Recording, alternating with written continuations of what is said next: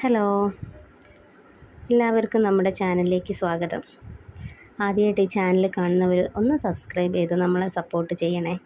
ഇന്ന് നമ്മളൊരു നാരങ്ങ അച്ചാറിൻ്റെ റെസിപ്പിയാണ് ഉണ്ടാക്കുന്നത്. ഇപ്പോൾ ഇന്നൊരു വെറൈറ്റി നാരങ്ങ അച്ചാറാണ് കേട്ടോ.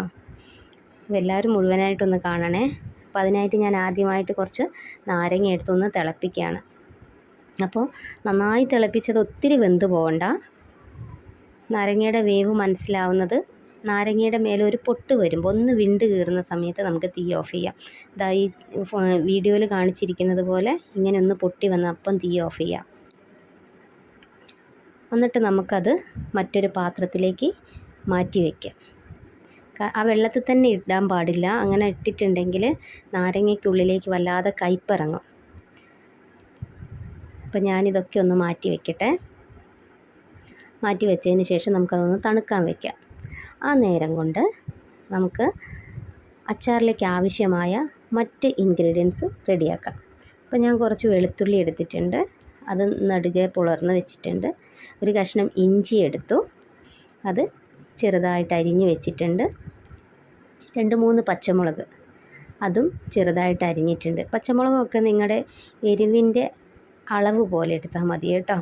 നല്ല എരിവുള്ളതാണെങ്കിൽ കുറച്ചെടുത്താൽ മതി. ഇനി തണുത്തിരിക്കുന്ന നാരങ്ങ, നമ്മൾ നേരത്തെ വേവിച്ച് മാറ്റിയത് തണുത്തിട്ടുണ്ട്, അതെടുത്തിട്ട് ഇതുപോലെ ചെറിയ കഷ്ണങ്ങളാക്കി അരിഞ്ഞെടുക്കാം. ചില ആളുകൾ കുരുവൊക്കെ കളയാറുണ്ട്. സമയമുണ്ടെങ്കിൽ ഞാൻ കളയാറുണ്ടെന്ന് കുരു കളയാതെയാണ് എടുക്കുന്നത്. അപ്പോൾ കുരു ഉണ്ടെങ്കിലും കയ്പൊന്നും ഉണ്ടാവില്ല കേട്ടോ ഈ അച്ചാറിന്. അപ്പോൾ ഞാൻ ഈ നാരങ്ങ മുഴുവൻ ഒന്ന് അരിഞ്ഞെടുക്കട്ടെ.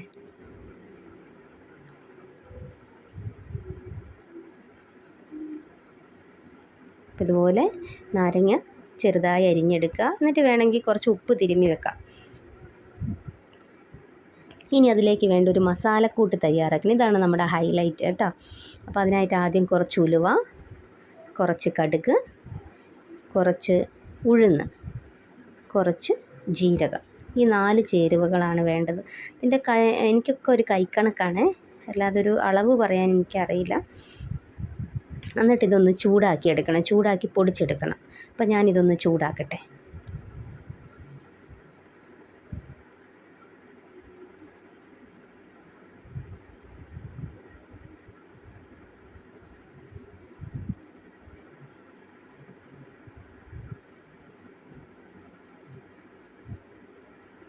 അത്യാവശ്യം ചൂടായിട്ടുണ്ട്.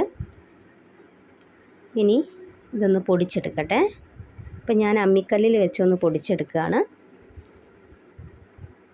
നല്ല ഫൈനായിട്ട് പൊടിയണമെന്നൊന്നുമില്ല കേട്ടോ.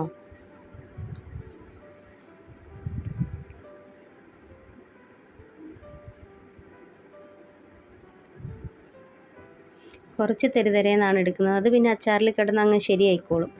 ഈ ഉഴുന്നൊക്കെ ചേർക്കുന്നത് കൊണ്ട് തന്നെ നമുക്ക് ഈ അച്ചാറിന് നല്ല കൊഴുപ്പുണ്ടാവും. പൊതുവെ എല്ലാവരും നാരങ്ങ വെള്ളമൊന്നും ചേർക്കാറില്ല. ഞാൻ ഈ നാരങ്ങ അച്ചാറിന് വെള്ളം ചേർക്കുന്നുണ്ട്. അതുപോലെ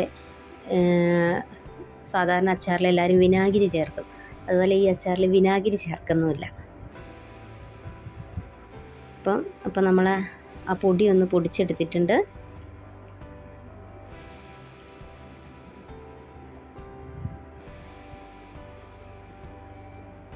ഇനി അടികട്ടിയുള്ള ഒരു ചീനച്ചട്ടി, ഞാനിവിടെ ഒരു ഇറ്റാലിയൻ ചീനച്ചട്ടി, ഞാനിതിലാണ് എപ്പോഴും ഉണ്ടാക്കുന്നത്, വെച്ചിട്ടുണ്ട്.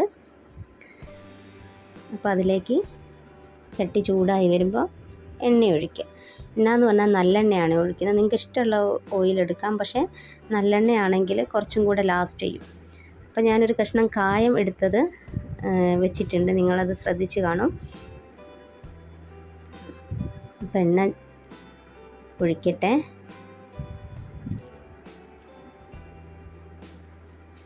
എണ്ണ നന്നായി ഒന്ന് ചൂടായി വരുന്ന സമയത്ത് നമുക്കതിൽ കായം ഇട്ട് കൊടുക്കാം. കായം ഒന്ന് മൂപ്പിച്ചെടുക്കണം. മൂപ്പിച്ചിട്ട് അത് പൊടിച്ചു വെക്കണം. അപ്പോൾ കായത്തിൻ്റെ പൊടി ഉപയോഗിക്കുന്നവരുണ്ട്, പൊടി വേണമെങ്കിൽ അത് ഉപയോഗിക്കാം. പക്ഷേ ഈ കട്ടക്കായത്തിനാണ് കുറച്ചും കൂടെ ഒരു സ്മെല്ലും ഒരു ഫ്ലേവറൊക്കെ കൂടുതൽ. എനിക്കെപ്പോഴും കട്ടക്കായാണ് ഇഷ്ടം, അതുകൊണ്ട് ഞാൻ എപ്പോഴും അതാണ് യൂസ് ചെയ്യുന്നത്. പിന്നെ അതൊന്ന് വറുത്ത് കോരിയെടുക്കട്ടെ. കായ ഏതാണ്ടൊക്കെ ആയിട്ടുണ്ട്. ഇനി അതൊന്ന് വറുത്തെടുക്കട്ടെ, കോരിയെടുക്കട്ടെ.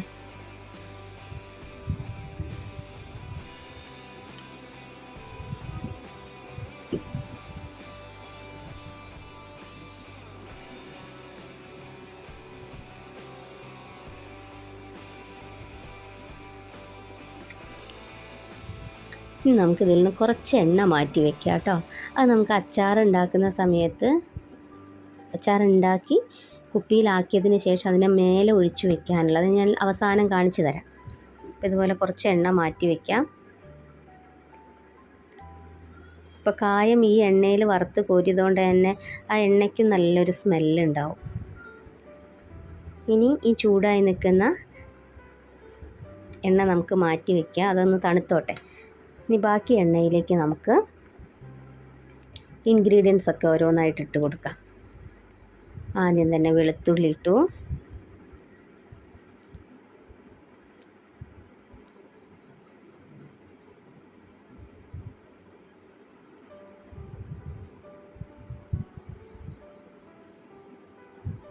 വെളുത്തുള്ളി ഒന്ന് മൂത്ത് വരുന്ന സമയത്ത് അതിനോടൊപ്പം ഇഞ്ചിയും ഇട്ടു.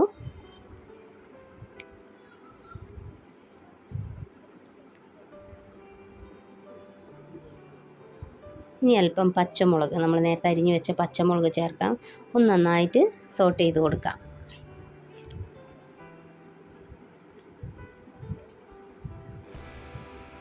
ഇനി നന്നായിട്ടൊന്ന് മൂത്ത് വരട്ടെ. അതിലേക്ക് രണ്ട് മൂന്ന് തണ്ട് കറിവേപ്പില എടുത്തിട്ടുണ്ട് കേട്ടോ, അത് ചേർത്ത് കൊടുക്കാം.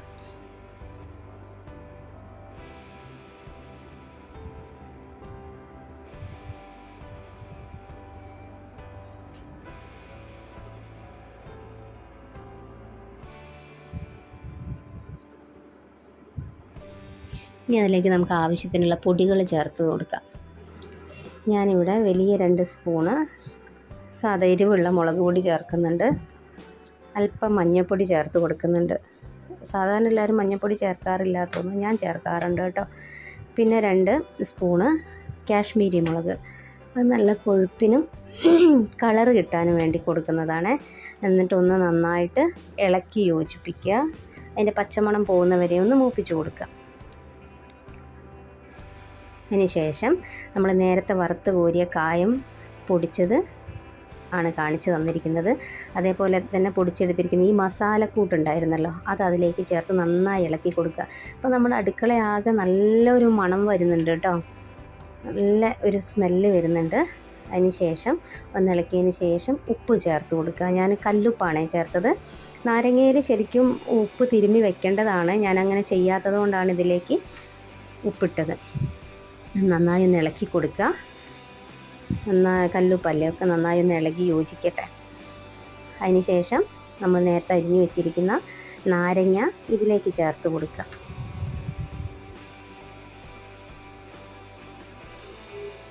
നന്നായി ഒന്ന് ഇളക്കി യോജിപ്പിക്കുക. എരിവൊക്കെ എല്ലാ ഭാഗത്തേക്കും ഒന്നാവുന്നവരെ ഒന്ന് നന്നായിട്ട് യോജിപ്പിച്ചെടുക്കുക.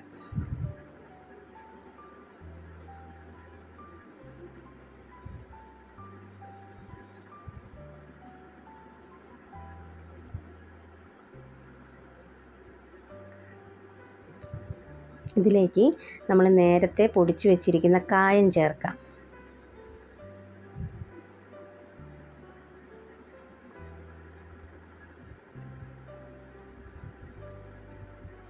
കായം ചേർത്ത് ഇളക്കുമ്പോഴും നല്ലൊരു സ്മെല്ലാണ്, സ്മെല്ലും നല്ലൊരു ഫ്ലേവറും വരും കേട്ടോ.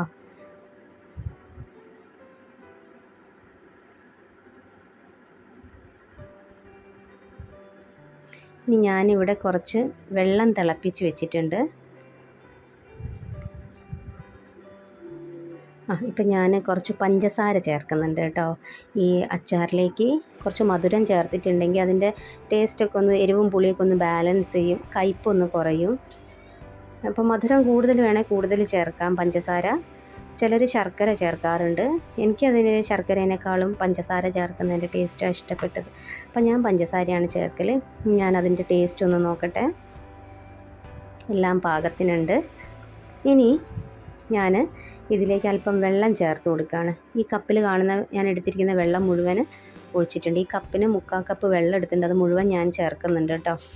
അപ്പോൾ ഞാൻ വെള്ളം നന്നായി തിളച്ചതിന് ശേഷം വീണ്ടും ഒരു 5 മിനിറ്റും കൂടെ അങ്ങനെ തിളപ്പിച്ചുകൊണ്ടിരിക്കും. തിളപ്പിച്ചതിന് ശേഷം അത് തണുത്ത് ആ വെള്ളമാണ് നാരങ്ങയിലേക്ക് ചേർക്കുന്നത്. നാരങ്ങാച്ചാർ ഒരിക്കലും കേടായി പോകുമൊന്നുമില്ല കേട്ടോ. ഞാനിപ്പോൾ നാരങ്ങാച്ചാർ എന്നല്ല, മാങ്ങാച്ചാറിലൊക്കെ ഞാനങ്ങനെ ഒഴിക്കാറുണ്ട്. പക്ഷെ എൻ്റെ അച്ചാർ ഒരിക്കലും അങ്ങനെ ചീത്തയായി പോയിട്ടൊന്നുമില്ല. ഇപ്പം നമുക്ക് വെള്ളം പോലെ തോന്നെങ്കിലും കുറച്ച് നേരം കഴിയുമ്പോൾ നല്ല കൊഴുപ്പുണ്ടായിരിക്കും. ഇപ്പോൾ നമ്മുടെ അച്ചാറിൻ്റെ പരിപാടിയൊക്കെ ഏതാണ്ടൊക്കെ കഴിഞ്ഞു. ഒന്ന് നന്നായി ഒന്നുകൂടെ ഇളക്കി യോജിപ്പിക്കുക, ഒന്ന് ടേസ്റ്റൊക്കെ നോക്കുക. ഉപ്പോ എരിവോ പുളിയോ എന്തെങ്കിലും വേണമെങ്കിൽ ചേർക്കാം. ഈ സമയത്ത് വിനാഗിരി ചേർക്കുന്നവർക്ക് ചേർത്ത് കൊടുക്കാം, ഞാൻ ചേർത്തിട്ടില്ല. അപ്പോൾ ഇത് പിറ്റേന്നാണ് ഞാൻ ഈ നാരങ്ങ കുപ്പിയിലേക്ക് ആക്കുന്ന അച്ചാർ. ഇപ്പം നോക്കൂ, നമ്മളൊട്ടും വെള്ളം ചേർക്കാത്ത അച്ചാർ പോലെ തന്നെ നല്ല കൊഴുപ്പോട് കൂടിയ അച്ചാറല്ലേ നമുക്ക് കിട്ടിയിരിക്കുന്നത്. ഞാൻ വെയിലത്ത് വെച്ച് ഉണക്കിയ ചില്ല് കുപ്പിയിലേക്ക് അച്ചാറൊക്കെ ആക്കി. ഇതാണ് നമ്മുടെ അച്ചാറിൻ്റെ ലുക്ക്. നല്ല ടേസ്റ്റ് ഉണ്ട് കേട്ടോ. നിങ്ങളിങ്ങനെ ഒന്ന് ഉണ്ടാക്കി നോക്കണം, എന്നിട്ട് പറയണം എങ്ങനെയുണ്ട് എന്നുള്ളത്. വെറുതെ പറയുന്നതല്ല, ശരിക്കും നല്ല രുചിയുണ്ട്. ഇനി ഇതിലേക്ക് നമ്മൾ നേരത്തെ ഇന്നലെ മാറ്റി വെച്ചിരിക്കുന്ന ആ എണ്ണ ഇതിൻ്റെ മുകളിലേക്ക് ഒഴിച്ചു കൊടുക്കണം. അച്ചാർ ഒരിക്കലും കേടാവില്ല. ഇതിൻ്റെ ഹൈലൈറ്റ് അതാണ്. നമ്മൾ അച്ചാർ കേടാവാതിരിക്കണമെങ്കിൽ നന്നായി എണ്ണ ഉപയോഗിക്കണം. വൃത്തിയുള്ള കുപ്പിയായിരിക്കണം, ഒട്ടും വെള്ളം ഉണ്ടാവരുത്. ഇനി അച്ചാർ കുപ്പീൻ്റെ സൈഡിലുള്ളതൊക്കെ ഒന്ന് തുടച്ചു മാറ്റി വൃത്തിയാക്കിയതിന് ശേഷം അത് മൂടി വയ്ക്കുക. എന്നിട്ട് ഞാനിത് ഫ്രിഡ്ജിലെടുത്ത് വയ്ക്കും. ആവശ്യത്തിന് എടുത്ത് കഴിക്കുകയാണ് ചെയ്യുന്നത്. അപ്പോൾ ഇതാണ് നമ്മുടെ ഫൈനൽ അച്ചാർ. അപ്പം ഇങ്ങനെ എല്ലാവരും ഒന്ന് ഉണ്ടാക്കി നോക്കണേ. Thank you.